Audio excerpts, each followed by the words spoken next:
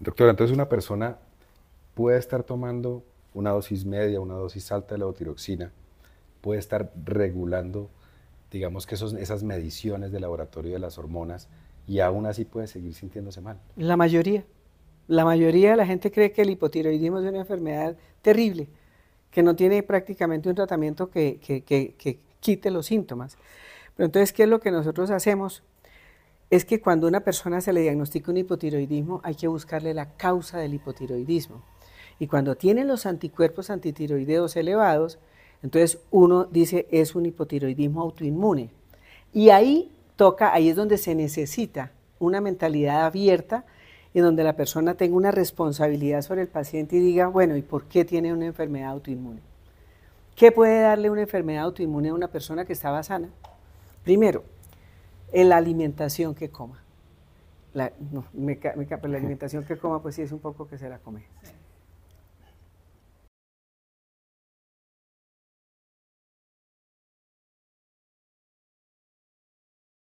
Una persona puede estar tomando una dosis alta, media de levotiroxina, puede estar teniendo esos niveles de laboratorio, digamos que controlados, y aún así tener esos síntomas. La mayoría.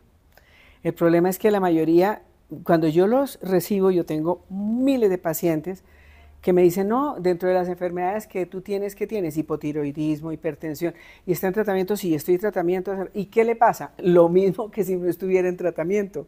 Se engorda, no se baja de peso, no le funcionan las dietas, vive deprimida, sigue con estreñimiento, y entonces la medicina funcional es la que en este momento nos da una ayuda muy grande a los pacientes, porque mientras la medicina convencional se dedica en quitar síntomas, entonces si está deprimido, le da un medicamento psiquiátrico que le quite la depresión. Si está estreñido, le da un laxante. Si tiene el colesterol alto, le da estatinas.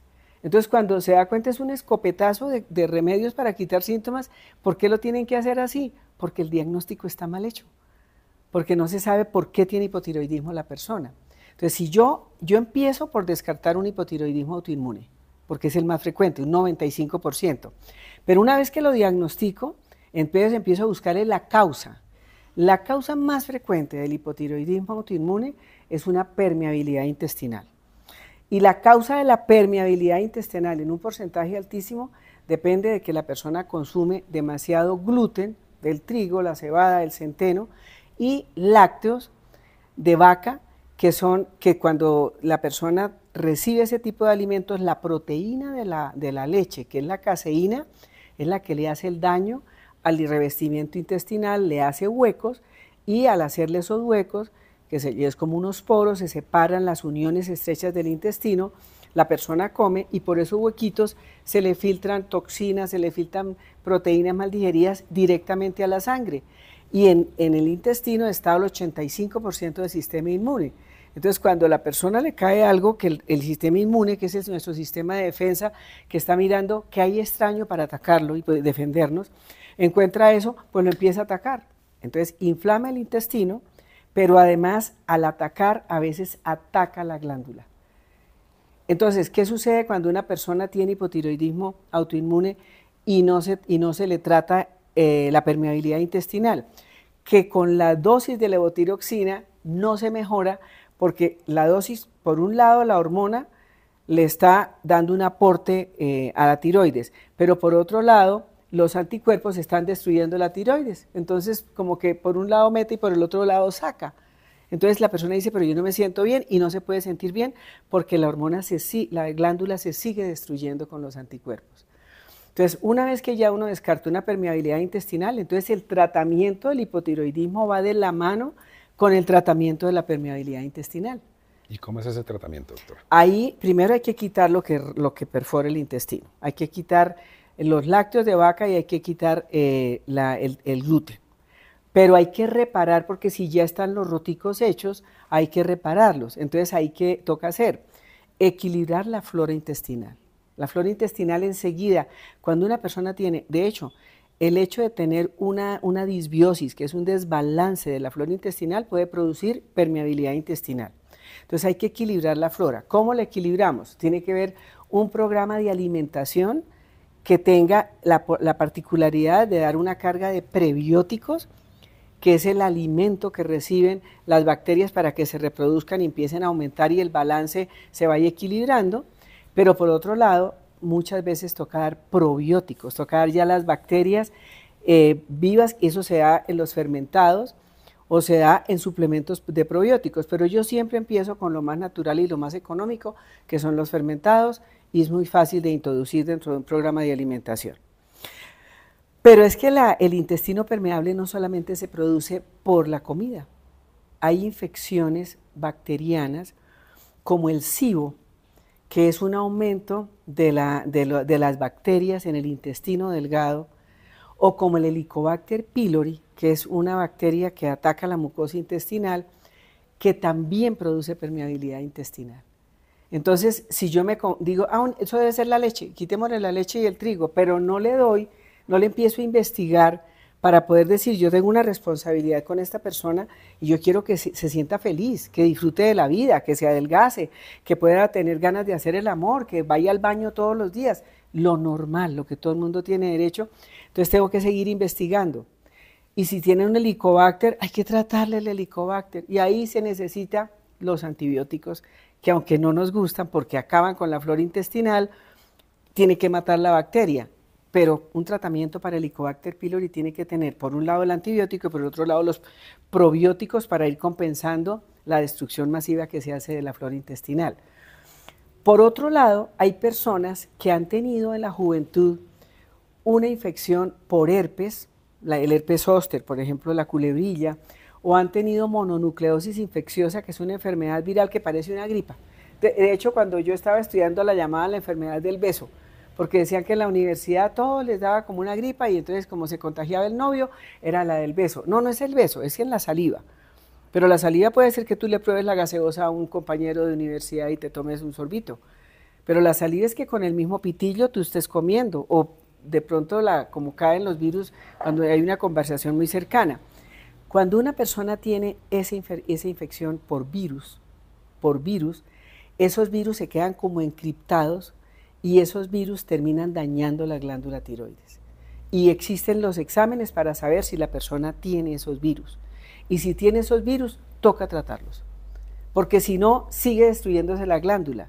Entonces, lo que quiero que les quede claro es que no es solamente la alimentación, hay que descartar infecciones, pero hay otra condición que también desequilibra mucho la tiroides, y es el aumento de estrógenos.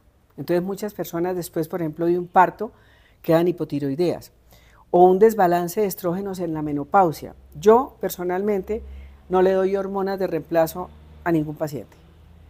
De hormonas sexuales, cuando llegan a la menopausia, yo tengo una forma de trabajar la menopausia en forma natural, con un ciclaje de semillas, con unos precursores de las hormonas sexuales, pero personalmente, como he visto tantas personas sufrir de cáncer de mama y cáncer de cuello, y yo considero que la menopausia es un periodo normal de la vida de las personas, lo que yo me hago es ayudarles a que se les quiten los sofocos, pero no les doy hormonas, porque esas hormonas que se dan en la menopausia producen un desbalance terrible en la tiroides. Entonces, no es solamente mirar, tengo que mirar también cómo están las hormonas sexuales. Bueno, pero si hay algo que sí de verdad le afecta a la tiroides, a muchísima gente es el estrés crónico. A la gente le parece normal estar estresado, estar acelerado, estar sufriendo, estar preocupado, le parece normal no dormir, y si no duerme, pues entonces le dan una pastilla para que duerma, le van quitando el síntoma, y mira por qué no duerme. Resulta que cuando hay exceso de hormonas del estrés, como el cortisol, la adrenalina, inclusive la dopamina, ese exceso de hormonas del estrés deprime no solamente el sistema inmune, sino que deprime la tiroides. Entonces también tenemos dentro del tratamiento que mirar qué está estresando a la persona y cómo va a gestionar y a liberar el estrés. Vivir sin estrés es imposible, porque estamos desde el primer trancón que uno salga ya tiene ahí el estrés, pero sí lo puede gestionar. Sí le puede dar uno técnicas sencillas de mindfulness, de inclusive flores de Bach, acupuntura, adaptógenos. Dentro del tratamiento sí tiene que incluir una terapia para el estrés. Y hay otra condición que también hace que las personas tengan hipotiroidismo, y es el exceso de toxinas. Y en la medicina moderna a la gente le parece que uno nunca se debe desintoxicar porque ¿para qué? Y resulta que uno tiene como una jarra en donde va recibiendo toxinas. Y uno tiene que ir vaciando la jarra todos los días. Y de hecho el hígado, el colon, los riñones y por el sudor uno va sacando toxinas, pero está la carga de toxinas que recibimos que se sobrecargan esos sistemas y se quedan las toxinas ahí. Y eso afecta a la tiroides. Entonces, dentro de un buen tratamiento para un hipotiroidismo y que la persona tenga bienestar, sí o sí hay que hacer un proceso para facilitar la habilidad del cuerpo de desintoxicarse. No es que uno le dé un desintoxicante a la persona, es que le tiene que ayudar al hígado a que haga las dos fases de biotransformación para que pueda sacar toxinas. Le tiene que ayudar al colon para que pueda eliminar todos los días. Tiene que la persona hacer ejercicio. Sudar es una forma de eliminar toxinas y las personas dicen, no, con lo ocupado que soy, pues yo no tengo tiempo de hacer ejercicio. Entonces, como ves, el hipotiroidismo es una enfermedad multifactorial, es una enfermedad que necesita un médico que se siente con responsabilidad a mirar las causas de las causas de las causas y las corrija una por una.